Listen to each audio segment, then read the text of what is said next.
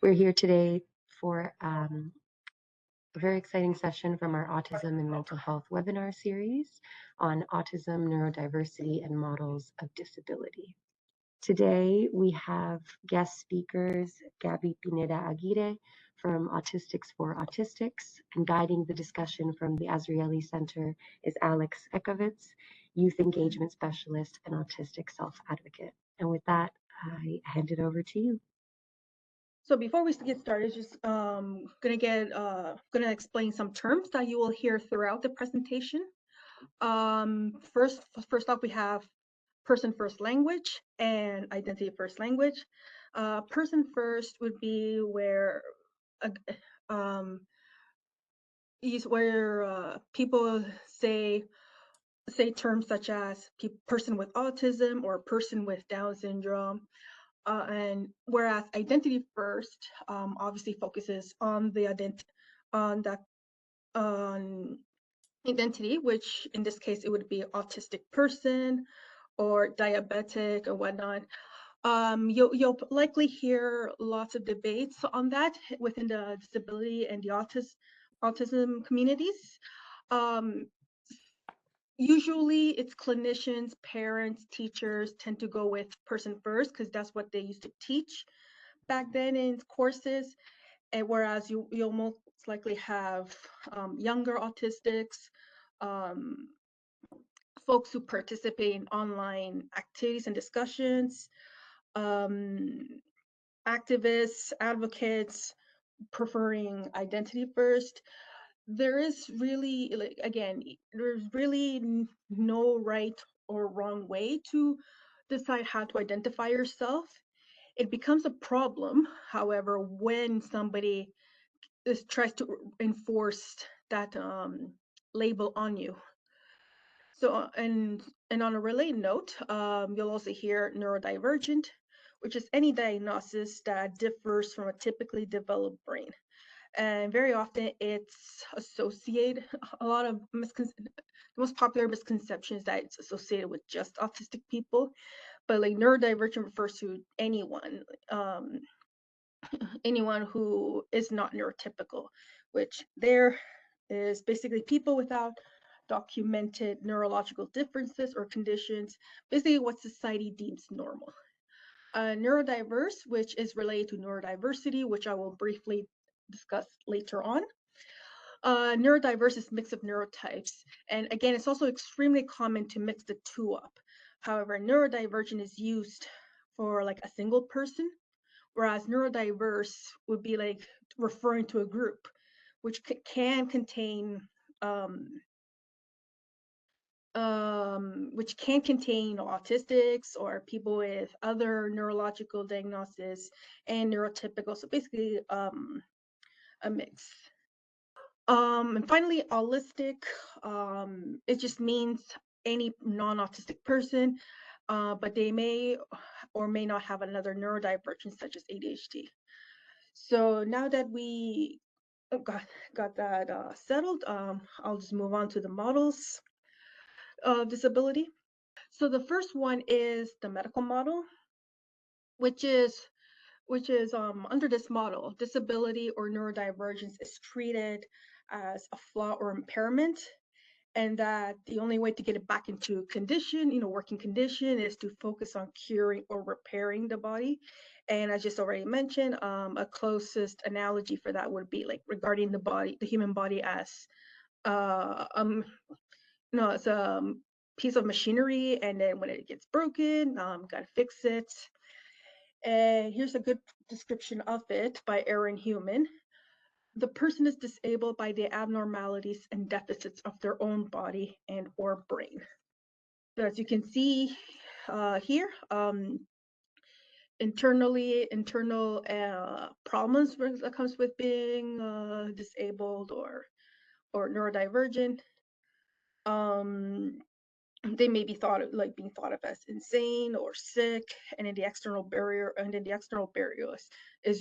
can be many factors such as communication issues or technological barriers. So how does the medical model relate to autism? Under autism, in terms of autism, it's often regarded as a disease to treat or cure, or a missing puzzle piece that makes up the entire person. And very often the largest so-called advocacy groups for autism, such as Autism Speaks, they tend to, that's how exactly how they tend to treat being autistic.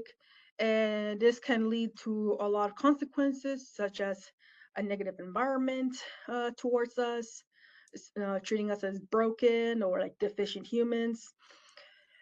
Overall, this leads to attitudes, seeing us as incapable of living independently or whatnot. And the more this continues, this attitude also leads to abuse towards self-advocates, who are very often accused of being told, especially by parents, you are not like my child, and which the thing is, we were all children once. Very often a strong dislike.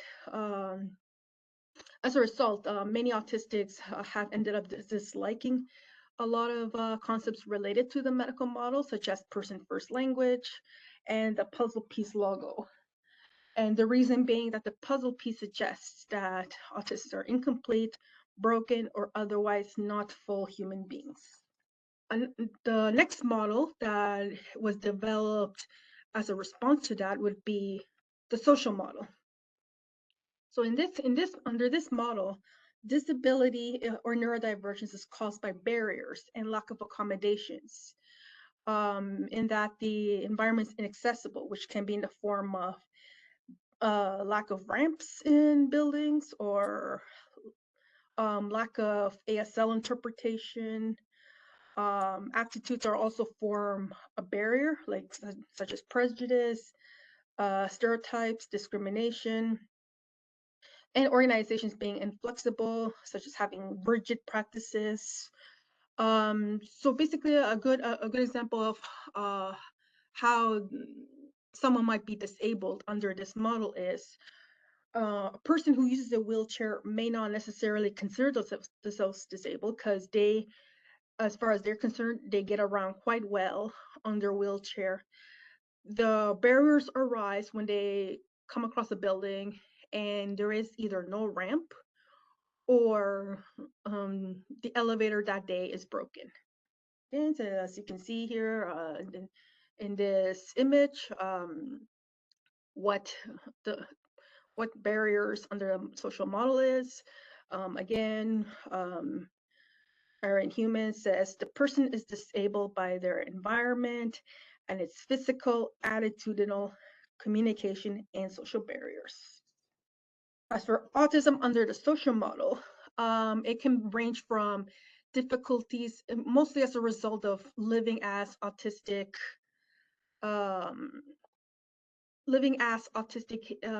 in a world that is not designed with us in mind. And under a social model, like how to make this better for us would be things such as sensory-friendly spaces, improved workspaces, community access and understanding, and the most importantly, moving from so-called awareness to autism acceptance. And the reason for that being that when it comes to awareness, like, we know autism exists, but when it comes, but by going with autism acceptance, it means we know you have these needs, we accept you have these needs, let's all work together to find a solution. Next model, the charity model. Under this model, which can also be found concurrent with the medical model, disabled people are not viewed as capable of independence or able of living with able-bodied people. This leads into the non-profit industrial complex, which implies that they must be, quote unquote, cared for in separate facilities from the rest of the community, and that they're unable to make their own decisions. So, like I mentioned, it often tends to overlap with the medical model, and it's not just under disability. It tends to happen with a lot of marginalized communities, which is shown here by the diagram. As you can see, like different people have different abilities and needs, but then very often when you see the executive board of directors for a nonprofit, well, you'll tend to see a certain kind of demographic always designing or delivering programming based on what they think a group would need without consultation. Next is the rights-based model, which builds on the social model in terms of viewing disabled and neurodivergent persons as having rights, especially to autonomy and self-determination. In return, the state has the obligation to respect and protect these rights. And under this model, disabled people are viewed as capable of making their own decisions under this model, which relates to the disability rights movement. And like an entire course could be like an entire post-secondary course could be built devoted just for the rights movement, but again, for the essence of time, I have to condense a lot of things. So the disability rights movement builds on many other civil rights movements of the 60s, especially in regards to race and women's liberation at the same time period. Among the things that has resulted from it was legislative breakthroughs such as the Americans with Disabilities Act in the US, similar protections in other countries. However, as with all movements, it has been criticized for being exclusionary and failing to take into account multiple intersections, which leads to disability justice, which was developed by a collective of queer and disabled women of color. These are some of their names. So disability justice builds upon the rights movement, but it places greater emphasis on multiply marginalized people and recognizing that people live at various intersections, especially from Black, Indigenous people of color, LGBTQ communities, refugees, etc. And it's guided by 10 main principles, which I have here. I'm not sure if you could see it. So I'm just going to very quickly read off the principles that the collective came up with. Number 1, intersectionality. 2, leadership of the most impacted. 3, an anti-capitalist politic. 4, commitment to cross-movement organizing. 5, recognizing wholeness. 6, sustainability. 7, commitment to cross-disability solidarity. 8, interdependence. 9, collective access. And 10, collective liberation.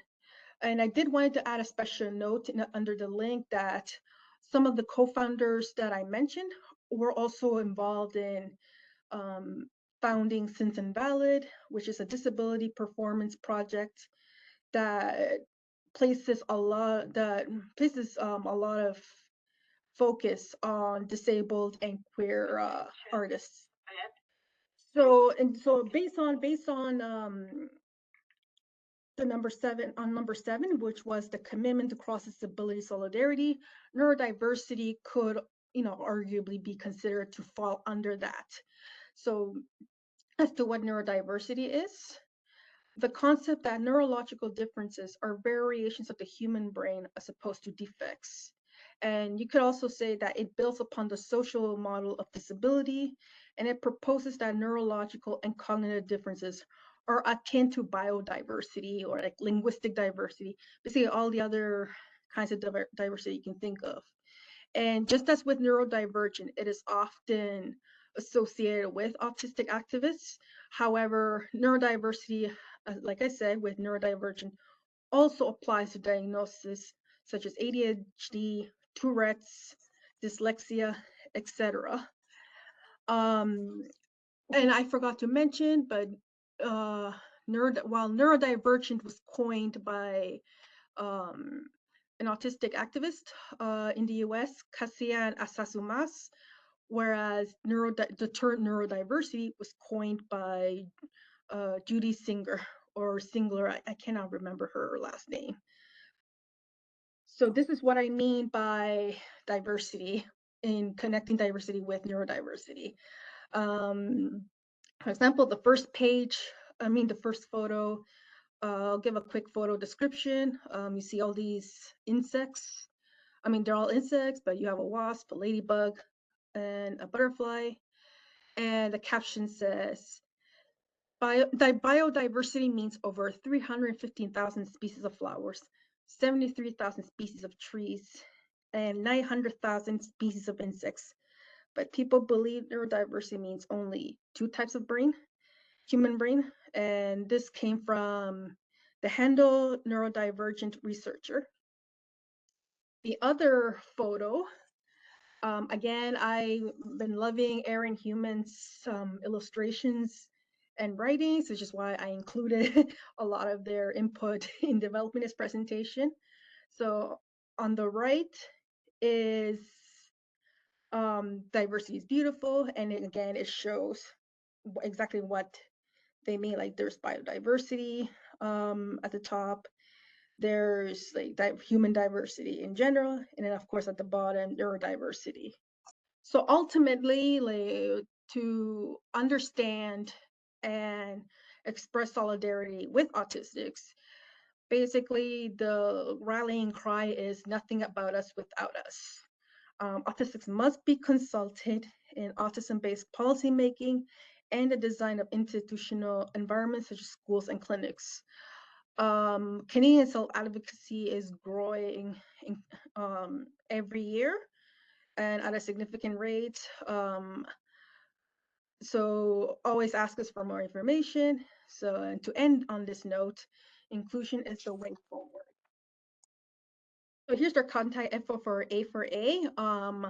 I just do want to make a special note that we deactivated Twitter due to various reasons. I'm not sure if we should reveal them, but yeah, otherwise here are other ways to get in touch with us. Once again, thank you for this invite. I'm just going to pull up a couple of questions we have ready in advance.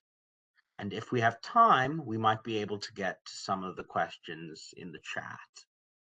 One thing that I think people wonder about a lot when it comes to, the neurodiversity movement in general is, but also just in terms of where a person fits in their community.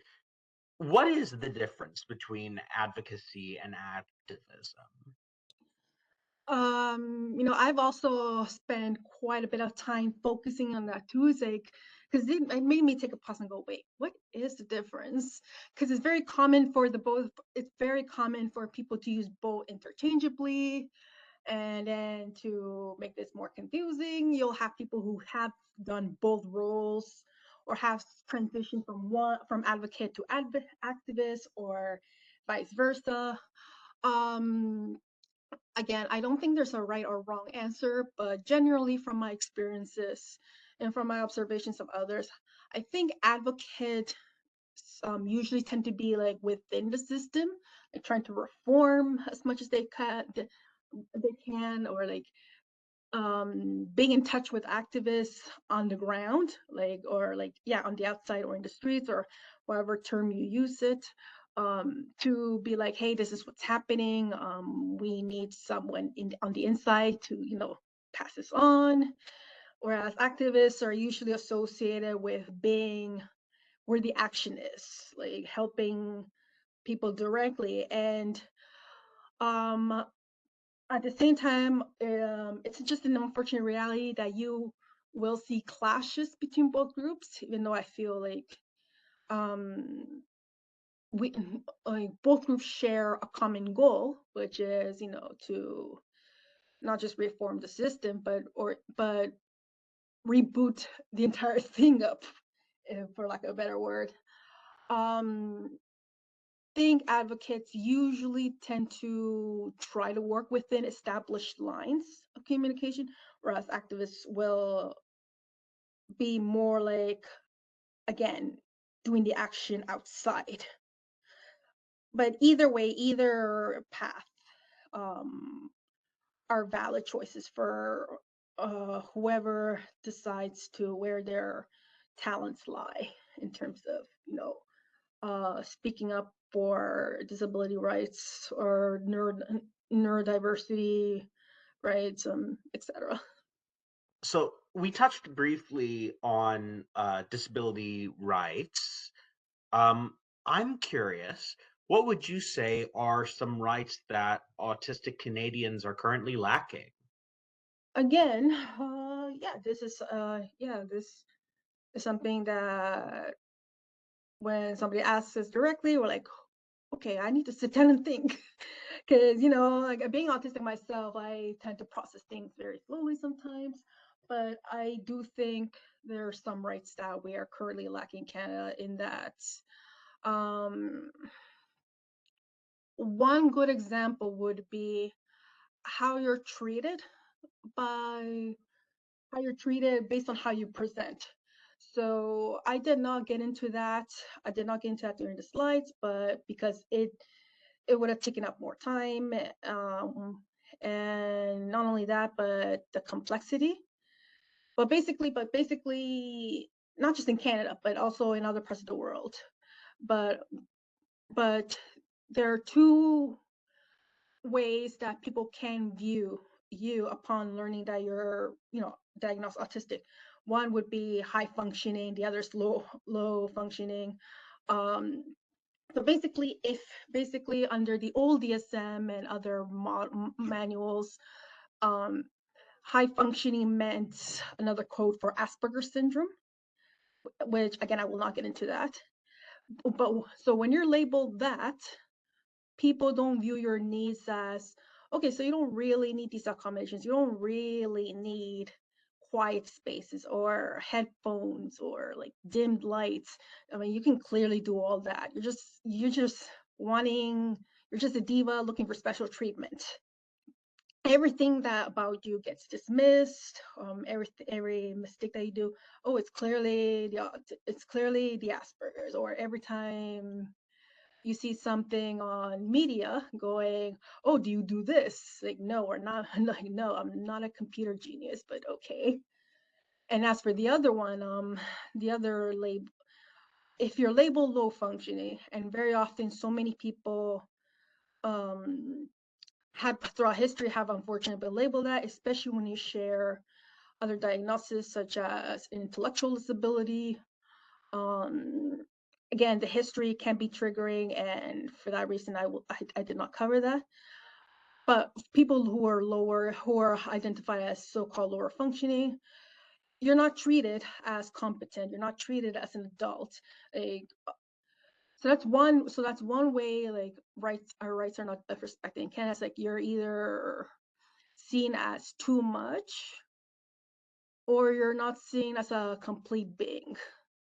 Other rights issues include very often autistics do not seem to be included under the wider disability movement.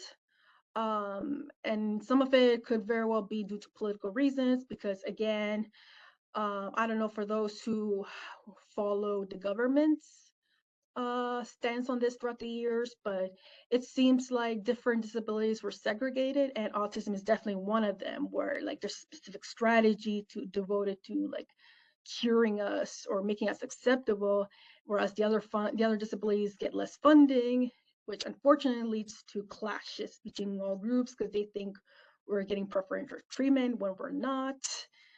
So again, this I can't really say there's an easy answer for that, but like, yeah, there's just a lot to unpack there. Certainly sounds like it. Yeah, so I'm curious as to, I want to focus a bit on your organization, A4A, and ask what are some other priority areas, and also what connections are there between A4A and the broader rights and justice movements of disability, and if there's any collaborations you can speak to. Again, COVID has disrupted that. Before, we were doing some in-person events, such as raising the neurodiversity flag in April. Couldn't do that for 2 years. We did finally get to it, but on a different date in September. And we only did it because it was outdoors and it was a bit more safer, like in terms of the transmission risk for COVID being low. We're still doing webinars and memorials, such as the Disability Day of Remembrance, virtually. Again, currently, I guess you can say we're currently taking a bit of a step back, because getting to normal or learning to do things with COVID now being endemic, more or less, it's been a specific challenge for us. So I guess for the time being, unless we announce it, we've been doing things more virtually. However, one of our biggest projects is we had been collaborating with the Center for Independent Living in Toronto, CILT, and quite a few others, in terms of the vaccine initiative by the City of Toronto, which was to get people vaccinated more against the various strains of COVID now circulating. And the biggest priority was obviously for people living in areas that either don't have easy access to getting the vaccine, or who who need help registering, or who might have questions and concerns about the vaccine. So we had been doing that ever since the first mRNA vaccines came out. I don't have links on me, but that's one big project that we have been doing since 2021. I don't know yet if we will be having an extension for that, so I can't guarantee on whether it'll continue. But that's one big project, collaborative project we had been doing. A couple of questions I wanted to ask about what individuals can do for themselves and in community. The first one I wanted to ask is, what do you do to prevent burnout from your activism? I can speak personally to the strong impact that burnout can have on people.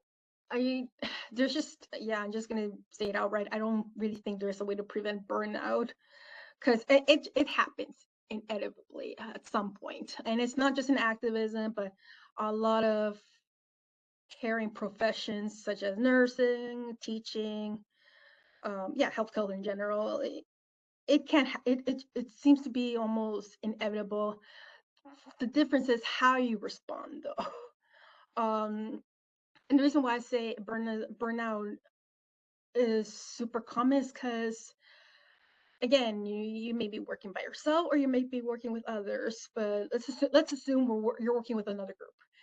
Everybody has a single goal, which is like a better world. And who you choose to focus your activism on can vary. Like, for example, in most of our cases, it was the neurodiversity paradigm becoming more acceptable. For others, it might be environmentalism. For others, anti-racism work. So basically, like, we all have goals. Everybody has the best intentions. Everybody also has different ways of approaching the thing, and personality clashes happen, or differences happen. And dealing with that and the barriers that I've mentioned, on top of institutional issues such as gatekeeping, or all of that can lead to just feeling like, what's the point? I am just one person against this huge wall. And that's how I've been burnt out so many times. So it should be more about how to mitigate burnout and still keep going. This is something I'm still learning to do myself, but I think what's made a huge difference in me is, one, if things get too much, sometimes I just pull back and take breaks, like for my sake, because like if I kept going, like I would probably just end up crashing. And I mean, you'll hear this very often, and as cliche as it is, you can't really help others when you're in burnout. So to use that familiar metaphor, when the plane is hitting that mode, like that turbulence mode, and the oxygen masks drop, they really do mean it when they say put on yours first before helping others put theirs. Secondly, the next one for me is like reminding myself this isn't about me. This is about like what kind of world will I leave? Like I don't know if I'll have kids, but for the sake of like, so this is more like what kind of world will I leave the next generation of whomever comes after me. And I think this is and this actually helped me, like this actually has been a huge cornerstone of me, like my own advocacy. um just to digress a bit, one time I was venting to another advocate who lives in the US. She's an indigenous autistic mother of autistic children, does a lot of work, uh, a lot of advocacy and activism, both online and offline. And I was just venting with her, like basically the usual, I can't take this anymore. Like, I don't think I can continue on. And without sharing too many details, she was like, how she explained about how she does it. She in her tribe's teachings, basically, it's always about thinking the past generations, like what did the ancestors do before I came, and what can I do, what can I learn from the ancestors. And then it turns into focusing on the next generation, the next 7 generations. So how she worded it it just made so much sense to me, because again, full disclosure, I'm I am of Latin American descent, but our ancestry is complicated, for lack of a better word. So a lot of the teachings that she was sharing with me are very similar to what my own ancestors had. So this made it easier for me to like get what she was saying. So number one, taking freaking breaks. Number two, thinking it's not about me, it's not about my ego, it's about who will benefit after I'm done and gone. What I was already doing, basically, checking in with others who are also in a similar situation. It's just like checking in on each other, keeping connected to others, and focusing on little things outside the work. Well, and I think maybe there might be more that comes to mind, but these are my 3 big tips on mitigating burnout. Super appreciated, Gabby. I really liked your analogy to on airplanes when they tell you to put your own mask on first. I always struggled with that one. Honestly, it took me a very long time to realize, oh, the whole point of that is because if you do someone else's first, you you'll run out of oxygen. Oh, this applies to other things in life. But it took me a very long time to get to that point where I understood that. The next question I wanted to ask, and I think this gets at some questions that have been getting asked in the chat, is how can people get involved in advocacy in their communities, you know, in the activist world? Again, no direct answer. I think there are just many ways to get involved. I would say though, go with your gut when it comes to looking up what's worth following on social media. Because again, nobody's perfect and whatnot, but um I don't know for those who don't know, online can be very polarizing. And the reason being because online is instant. Everybody now can say whatever. And unfortunately, not only does these lead to clashing, but you'll sometimes get the not so good stuff, parts of social media like trolling and fake posting, And there's whatnot. only so much you can say in 244 characters.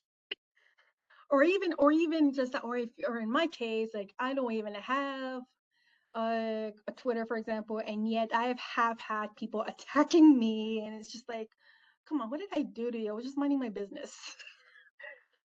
But basically, like, go with your gut on social media. Like, if somebody just brings you down all the time, and I don't mean like avoid content that only talks about the not so good stuff, because I mean there's a difference between positive thinking and toxic positive thinking, you know.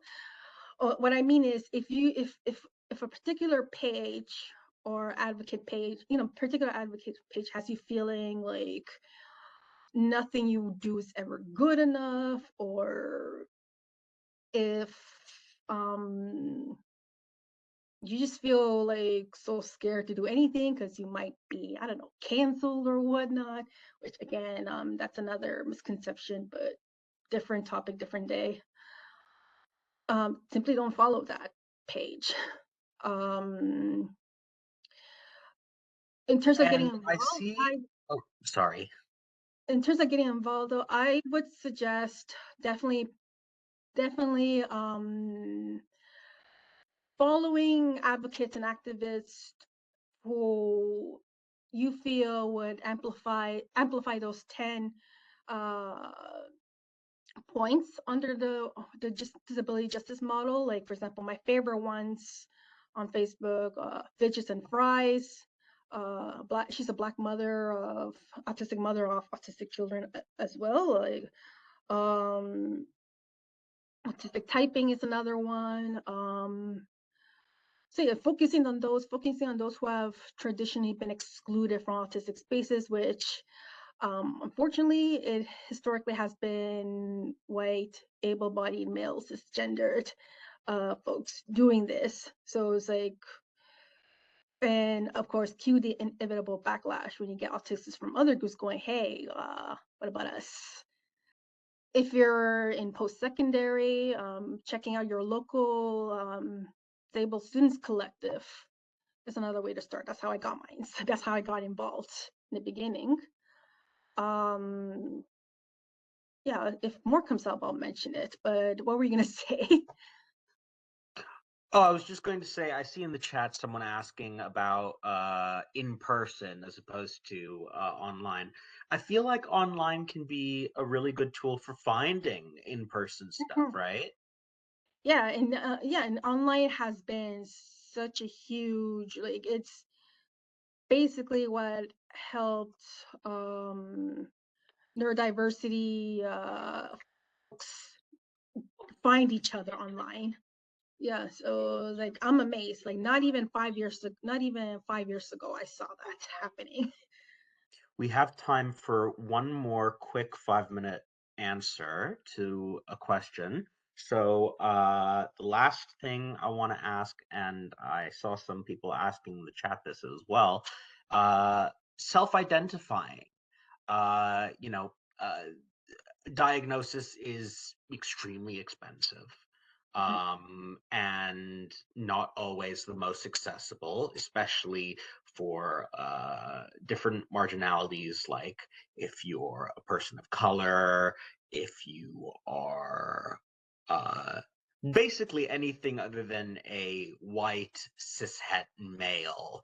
I think there tends to be a bit of bias. So could you speak a bit to the validity of self-identity as autistics, pros, cons, keeping in mind as well, we've got maybe 5 minutes for this. Overall, self-diagnosis is accepted by not just A4A, but like so many groups, so many, like I'm noticing in the chat, quite a few organizations in the US being mentioned.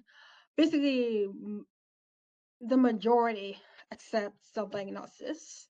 I don't know whether clinicians do, but for the purpose of the here, let's just say everyone who has contributed to the disability and neurodiversity movements recognizes self-diagnosis.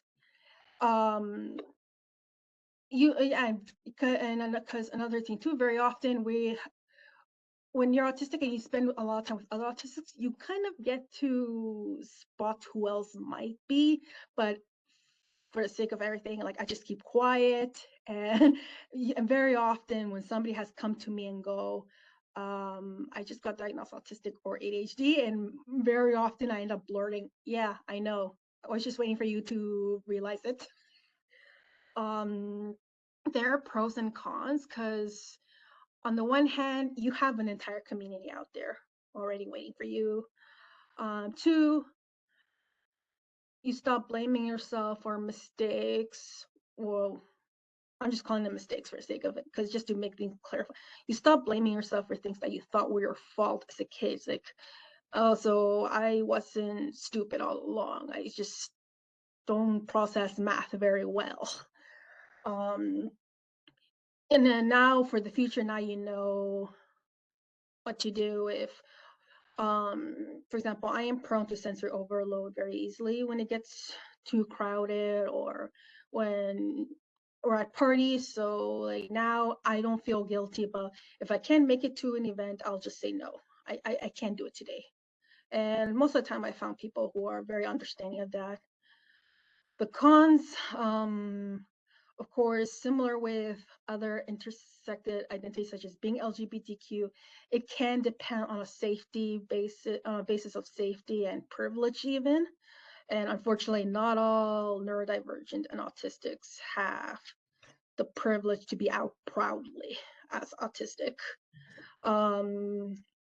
Especially when, in the US especially, there are stats on that of how Black, disabled, and neurodivergent folks are at much greater risk for encounters with the police, hostile encounters with the police, because again, and yeah, like you just have these complex realities happening.